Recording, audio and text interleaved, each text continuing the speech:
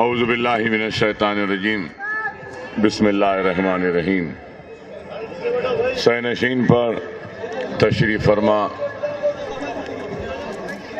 قائدین مجلس، سننے والے بزرگوں، نوجوان ساتھیوں اور میری عزت امام پردہ نشین ماں اور بہنوں، حضرات، آج کا یہ جلسہ انتخابی ہے اور انتخابات میں ہر سیاسی جماعت سے تعلق رکھنے والا مقرر یہی کہتا ہے کہ میں اچھا، میری پارٹی اچھی، آپ میری جماعت کے حق میں ووٹ دیں۔ لیکن میں ہرگز و قطعی یہ بات نہیں کہوں گا کہ میں اچھا ہوں یا مجلس اتحاد المسلمین میری پارٹی ہے۔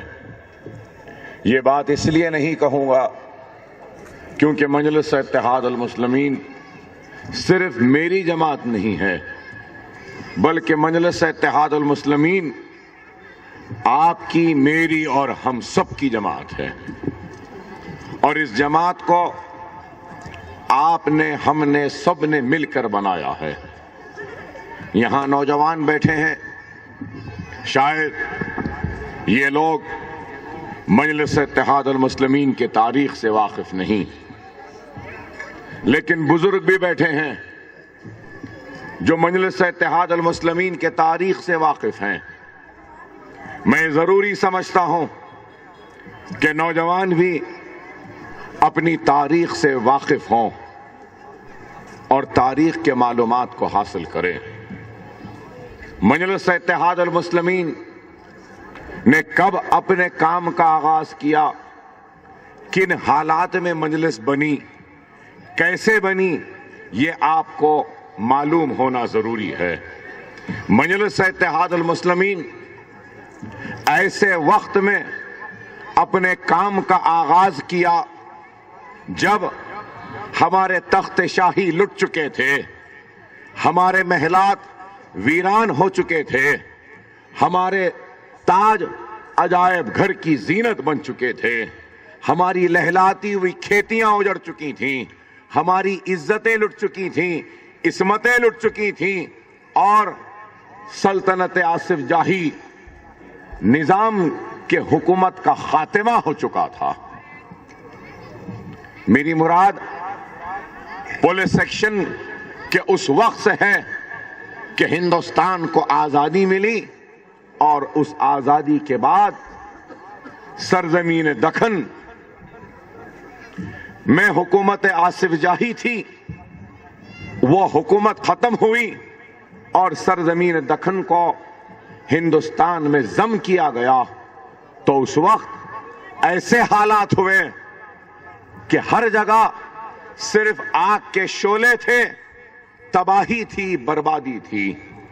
کبھی جالنا جل رہا تھا تو کبھی بیڑ جل رہا تھا، کبھی عثمان آباد جل رہا تھا تو کبھی لاتور جل رہا تھا، کبھی حیدرآباد میں آگ تھی تو کبھی ہمن آباد میں آگ تھی، کبھی گلبرگہ میں آگ تھی تو کبھی رائچور میں آگ تھی، کبھی حیدرآباد کے شہروں میں پریشانی و خوف کا عالم تھا۔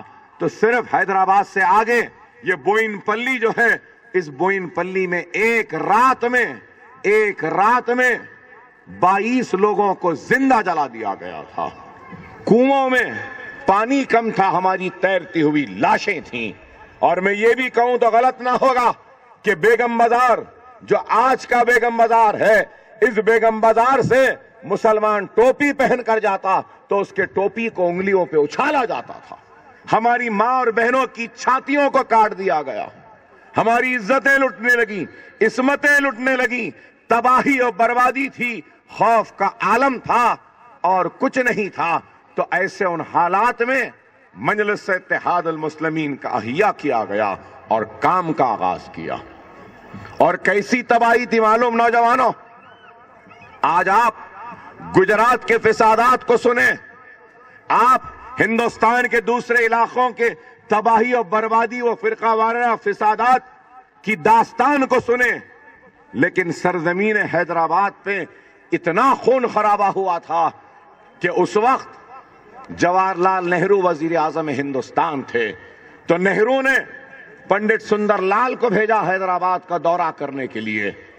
مولانا ابوالکلام آزاد بھی آئے ان کے ساتھ، تو پنڈت سندر لال نے اپنی رپورٹ میں لکھا کہ 1000، 2000، 10,000، 20,000 یا 50,000، 1 لاکھ نہیں، پنڈت سندر لال نے اپنی رپورٹ میں لکھا کہ 1.5 لاکھ انسانوں کا اور اس میں زیادہ تر مسلمانوں کا قتل عام ہوا۔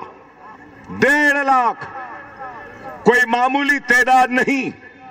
مولانا ابوالکلام آزاد نے اپنی کتاب میں لکھا، اور مولانا ابوالکلام آزاد کے الفاظ ہیں کہ انہوں نے کہا پولیس ایکشن ایک ایسا ناسور ہے جس کو میں اپنے ساتھ اپنی خبر میں لے جاؤں گا۔ اتنی تباہی۔ ارے آپ بتائیے، اگر کوئی دوسرا ہوتا تو ختم ہو گیا ہوتا، صف ہستی سے مٹ گیا ہوتا، لیکن سرزمین دکن کا یہ غیور مسلمان اتنی تباہی، اتنی بربادی، اتنی بے بسی، اتنی لاچارگی کے بعد بھی اٹھ کر اپنے پیروں پہ کھڑا ہوا، اور ایسا کھڑا ہوا کہ آج اس کے کھڑے رہنے پر سارا ہندوستان رش کرتا ہے۔ یہ کیوں ہوا؟ کیسے ہوا؟ مجھے یاد ہے کشمیر سے میر وائز عمر فاروق آئے تھے حیدرآباد کو، تو انہوں نے مجھ سے پوچھا کہ اکبر صاحب، میں آج آپ کے حلقے کو دیکھا، اویسی ہاسپٹل کو دیکھا، اسرا ہاسپٹل کو دیکھا، آپ کے کالجز کو دیکھا، دارالسلام کو دیکھا، اور عوام میں یہ بے انتہا آپ سے محبت کو بھی دیکھا۔ آخر اس کی وجہ کیا ہے؟ کشمیر اور حیدرآباد کے الگ موقف تھے۔ آج کشمیر میں ہم پریشان ہیں، مصیبت میں ہیں، تکلیف میں ہیں، ہر ایک چیز کے لیے پریشان ہیں، لیکن حیدرآباد میں بھی ویسے ہی حالات تھے آزادی کے بعد۔ لیکن آج آپ کے پاس اپنا سب کچھ ہے، اپنا دواخانہ ہے، اپنے تعلیمی ادارے ہیں، اپنے نمائندے ہیں، اور اتنا عزم، اتنا ارادہ ہے، اور اتنی بڑی اتحاد کی فضا ہے۔ کیسے ہیں؟ تو میں خاموش بیٹھ گیا، تو مولوی فاروق نے پھر سے مجھ سے کہا کہ اکبر صاحب بتائیں، میرے سوال کو انجان نہ کریں، آپ مجھے جواب دیں۔ سنو میں نے ان سے کیا جواب دیا۔ میں نے ان سے یہی بات کہی، ہندوستان کے مسلمانوں میں اور سرزمین دکن کے مسلمانوں میں ایک بہت بڑا فرق ہے۔ ہم تخت لٹاتے رہے، تاج لٹاتے رہے، ہم اپنی عزت کو لٹاتے رہے، عصمت کو لٹاتے رہے، جاگیر کو لٹاتے رہے، محلات کو ویران ہونے دیے، لیکن ہم نے سب کچھ لٹایا، لیکن اپنے ایمان کو لٹنے نہیں دیا۔ وہ تخت، وہ تاج کو لٹا کر ہم نے جس ایمان کو بچایا، اس ایمان کا نام مجلس اتحاد المسلمین ہے۔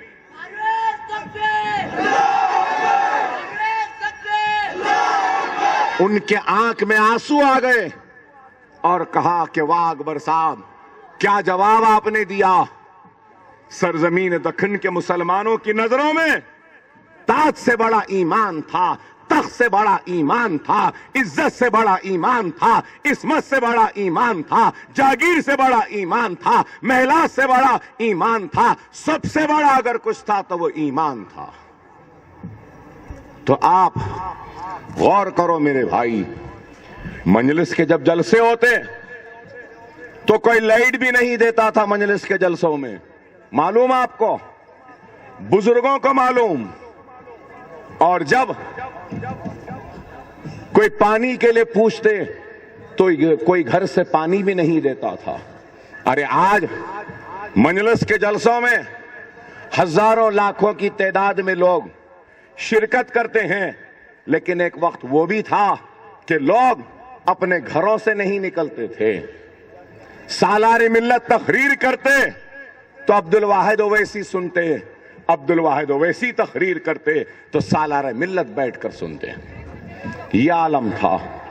ایسے ان حالات میں جماعت کا حیا کیا تو لوگوں نے کہا کہ اویسی صاحب کیا بس نہیں ہے؟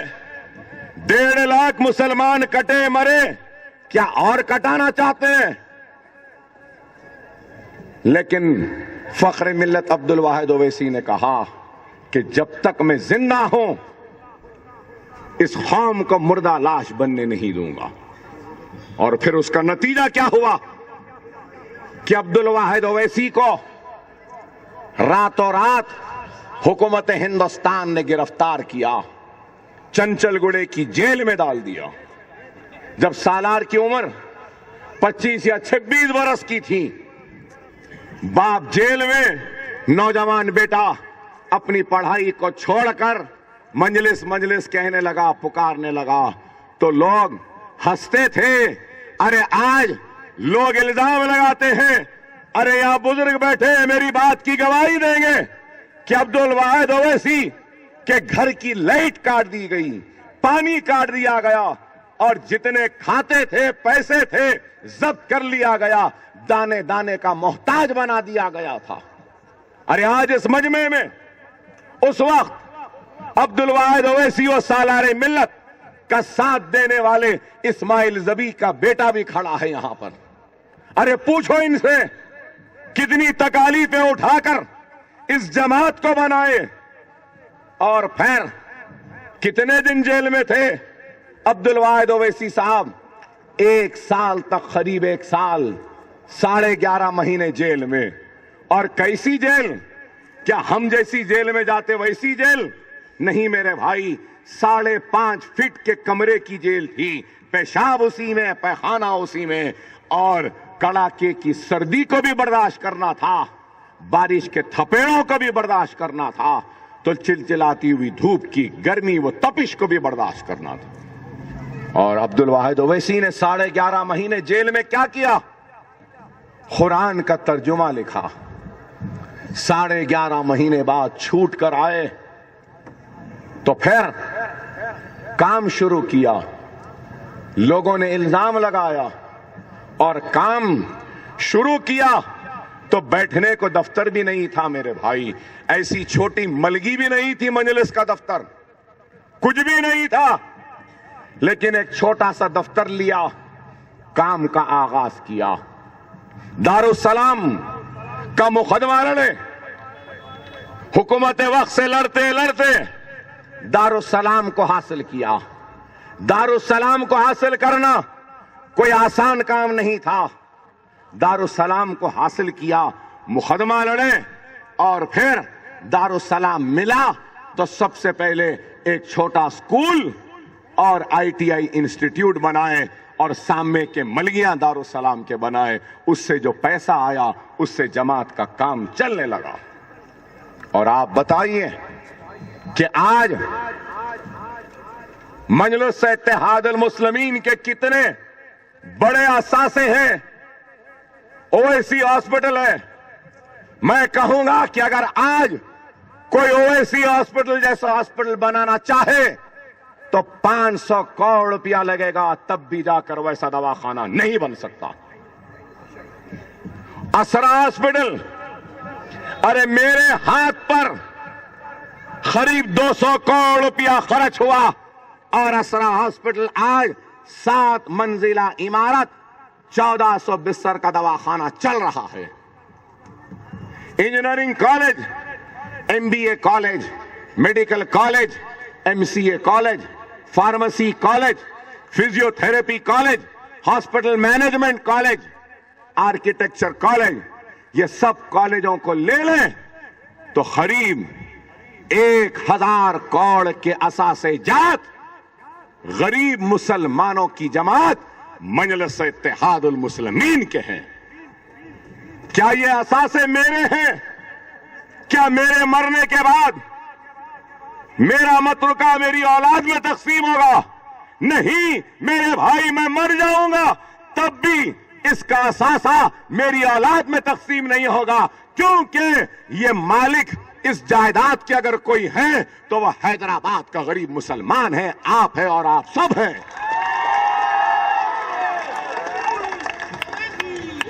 اور ہم آپ کے اثاثوں کی حفاظت کرنے والے چپراسیاں ہیں، ہم آپ کے اثاثوں کی حفاظت کرنے والے محافظین ہیں۔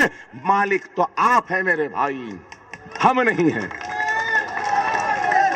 ارے آج یہ اتنے اثاثے بنے، نہ صرف یہ اثاثے بنے بلکہ آپ کے اتحاد کا نتیجہ ہے کہ آج سارا ہندوستان مجلس اتحاد المسلمین سے وابستہ ہونے کے لیے بے چین ہے۔ آج کتنے ڈاکٹر آزادی سے پہلے مسلمان نکلے، آندھرا پردیش سے، آندھرا کی سرزمین سے، آندھرا و تلنگانہ سے، اور کتنے مسلمان ہمارے تعلیمی ادارے آنے کے بعد نکلے۔ ارے دکن میڈیکل کالج آنے سے پہلے گنتی کے 25 یا 30 مسلمان ڈاکٹرز نکلے تھے، اور دکن میڈیکل کالج آنے کے بعد سے لے کر آج تک ہر سال 100 مسلم بچے ڈاکٹر بن کے نکلتے ہیں۔ 30 سال ہو چکے، تو بتاؤ میرے بھائی، جو کام برسوں میں نہیں ہوا وہ کام مجلس نے کر دکھایا۔ آج ہمارے دواخانے ہیں، پہلے فسادات ہوتے تو بزرگوں کو معلوم کس طریقے سے ہمارے نوجوان زخمی ہو جاتے تھے، پولیس کی گولیاں لگی ہوتی تھیں، عثمانیہ کو لے کر بھاگتے تھے تو عثمانیہ میں ہمارے بچے تڑپ تڑپ کر دم توڑ دیتے تھے۔ کوئی ڈاکٹر نہیں دیکھتا تھا، کوئی خون نہیں ہوتا تھا، کوئی مشین نہیں چلتی، اور سب سے بڑا ہمارا اگر کوئی گناہ تھا ان کی نظر میں تو ہم مسلمان تھے۔ لیکن آج اگر کوئی فساد ہو جائے یا پولیس کی گولی چلے تو خدا کی قسم ہم کو کسی سرکاری دواخانے میں ہمارے بچوں کو تڑپ تڑپ کر دم توڑنے کی ضرورت نہیں ہے۔ وہ ہمارے دواخانے اویسی اسرا میں آ سکتے ہیں اور اسی وقت منٹوں میں اس کی گولی نکالی جائے گی، اس کا علاج ہوگا اور اس کو موت نہیں بلکہ ایک نئی زندگی مل جائے گی۔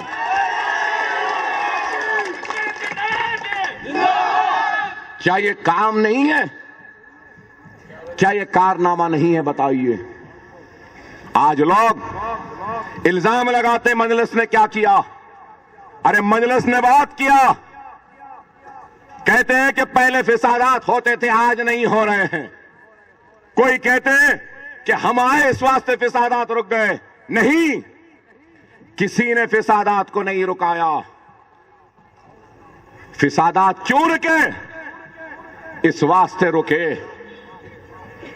کہ ہم کو بھی T20 کھیلنا آ گیا۔ کوئی لا اینڈ آرڈر نہیں رکا، پہلے جیسا چاہے ویسا ہوتا تھا، اب ویسا نہیں ہونے لگا۔ جواب ملنے لگا، اچھا ملنے لگا، زوردار ملنے لگا تو خود بخود رک گئے فسادات۔ سکور برابر جلدی ہونے لگا۔ لیکن آج لوگ پوچھتے مجلس کیا کری؟ ارے سارے ہندوستان میں مسلمان اتنے روب سے، اتنے رباب سے، اتنی ہمت سے نہیں رہتا ہوگا جس ہمت، جس رباب، جس دبدبے سے حیدرآباد کا مسلمان رہتا ہے، اور یہ صرف اور صرف ہمارے اتحاد، ہماری جماعت اور ہمارے بے باک قیادت کی نتیجے کی وجہ سے۔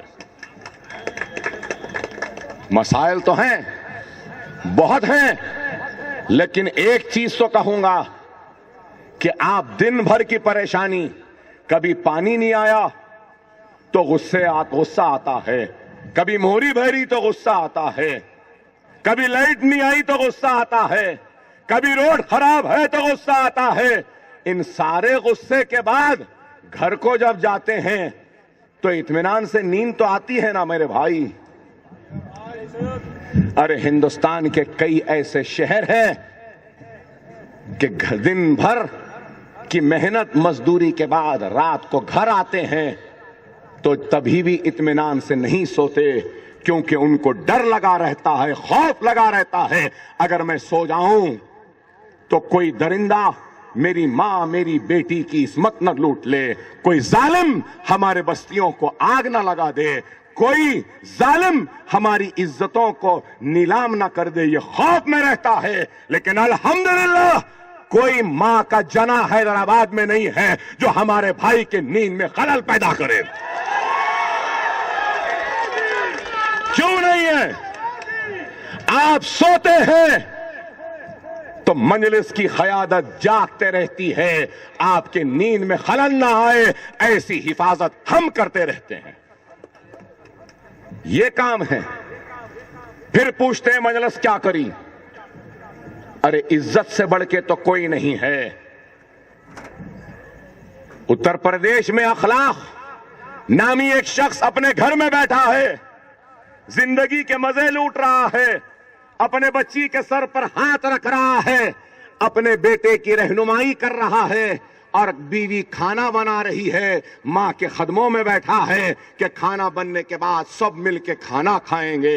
اور کھانا بن گیا, کھانے کو بیٹھنے والے تھے کہ سنگ پریوار کے درندے اس کے گھر میں گھس کر اس کی جان لے لیتے ہیں, اس کی بوڑھی ماں کو تماچے مارتے ہیں, اس کی جوان بیٹی کو ڈھکیل دیتے ہیں, اس کے بیٹے کو اتنا مارتے ہیں کہ وہ سیریس ہو جاتا ہے, اور اخلاق پر ایسا حملہ کرتے ہیں کہ بیچارہ اخلاق وہیں پر ختم ہو جاتا ہے. اور الزام کیا ہے؟ کہ الزام یہ ہے کہ وہ بیف کھا رہے تھے, بڑے کا گوشت کھا رہے تھے.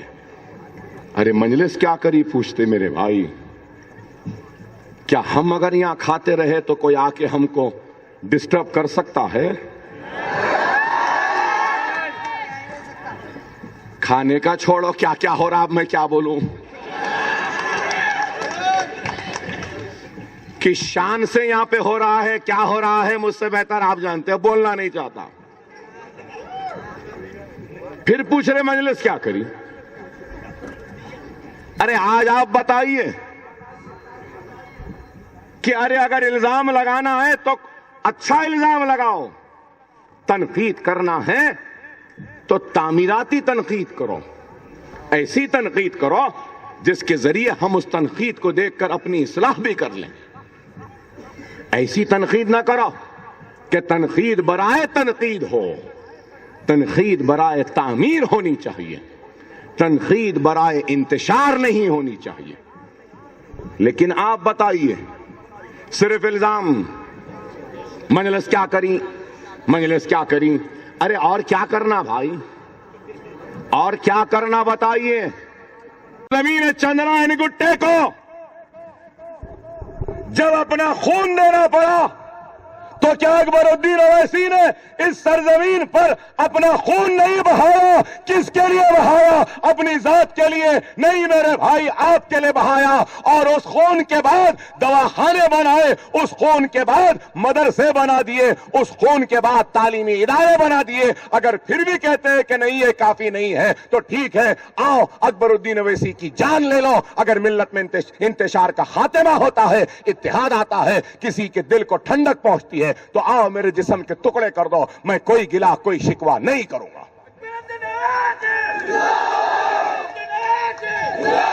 اور کیا چاہیے میں پوچھنا چاہتا ہوں.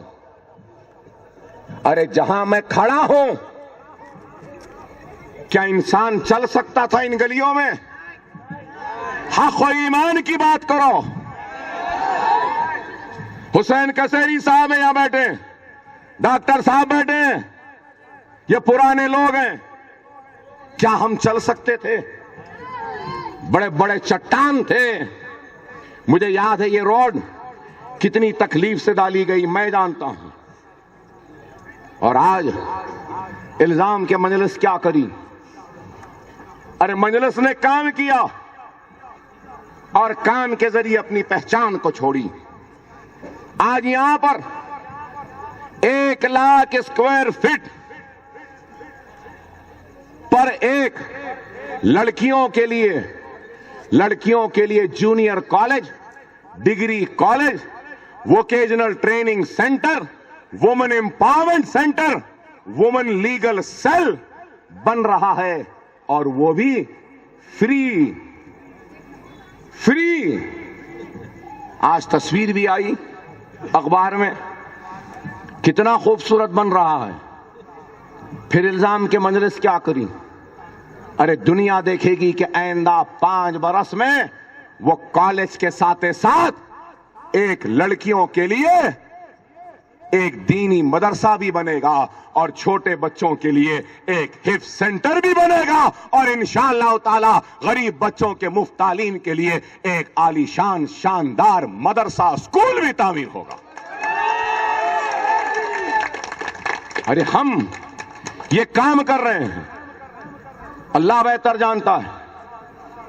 مجھے اب دنیا سے محبت نہیں ہے میرے بھائی, کسی چیز کی نہیں رہی. ہاں یہ اقرار کرتا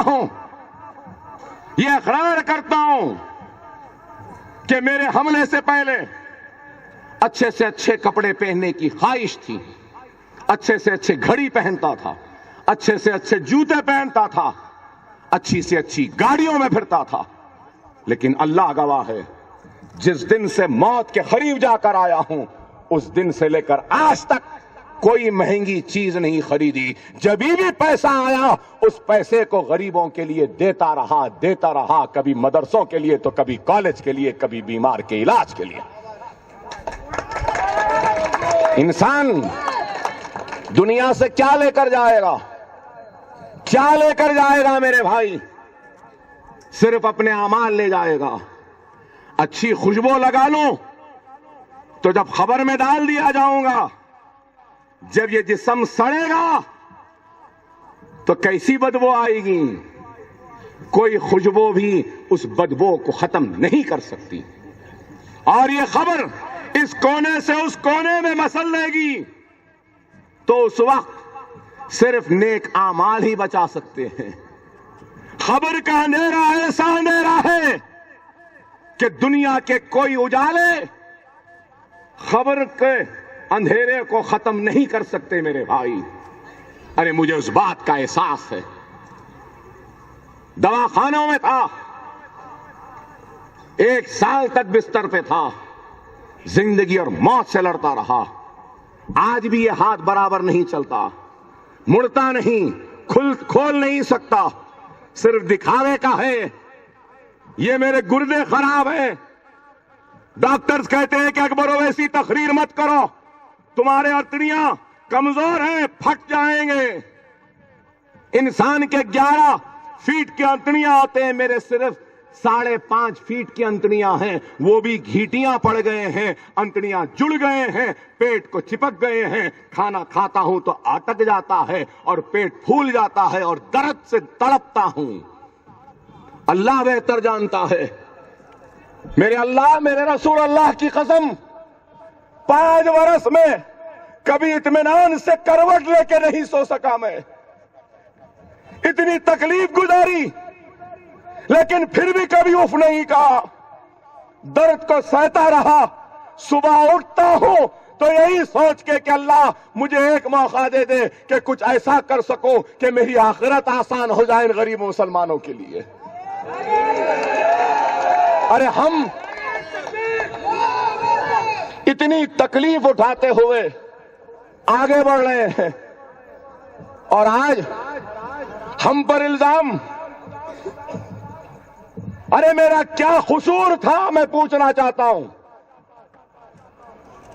کیا کسی کو تکلیف دی میں نے؟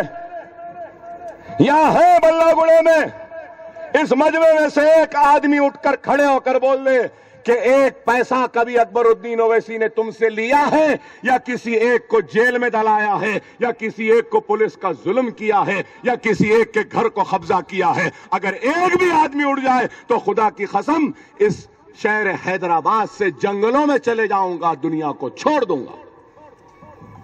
حرام ہے اگر 1 پیسہ اپنے حلقے سے کما کر گیا. میں دیانتدار باپ کا ایماندار بیٹا ہوں, کسی کا 1 پیسہ نہیں کمایا. حسین بھائی بیٹھے, پوچھ لو, آج سے 1.5 سال پہلے بلہ گڑے میں پانی نہیں ہے تو